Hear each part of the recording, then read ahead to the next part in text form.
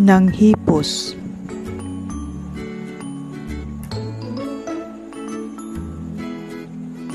Naminaw. Unsa gani ang tawag ang nila? Sakto! Gitawag ni sila ang mga buluhaton sa eskwelahan o panimalay. Kini usab gitawag og schedule. Ikaw, aduna ka ba'y naandan nga schedule?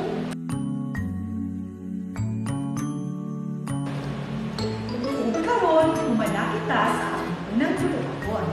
Pero una ka magsugod sa ating ang buluhaton, mangawta usa ka kung mga forma. Sa tono nga, watermelon.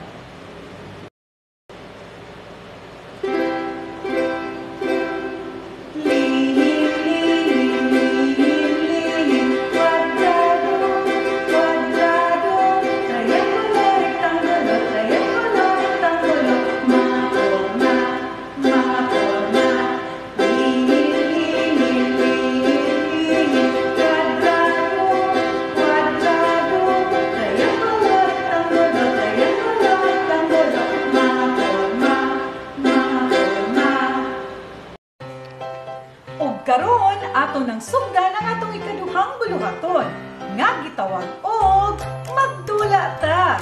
Mao kini ang atong mga gamiton. Una, sumbanan. Sumbanan nga adunay tawo nga gidrawing pinaagi sa forma. Kaduha, mga nagkalain-laing forma sama sa circle, triangle, rectangle, ug square. Ang sumbanan nga adunay tawo nga gidrawing pinaagi sa forma. Ibutang ang mga nagkalain-laing forma sa salog o lamesa. Ilha ang mga nagkalain-lain nga forma. Triangle, circle, square, rectangle,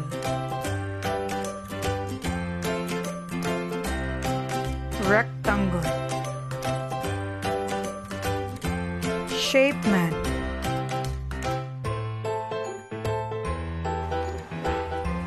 wow! Nindot kayo ang imong gibuhat. Unsa man ang imong gigamit aron maporma ang shape man? Sakto! Mga nagkalain-laing forma. Unsa man ang mga nagkalain-laing forma nga imong gigamit sa paghimo sa shape man? Circle, triangle, square, o rectangle. Unsa man ang imong nakit-an nga mga kulor? Sakto! Red o yellow. Wow! Nakamauna ka sa mga forma o mga kulor.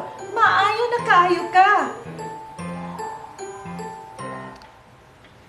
Humanata sa atong mga buluhaton. Mao kini ang mga worksheets nga imong ansiran.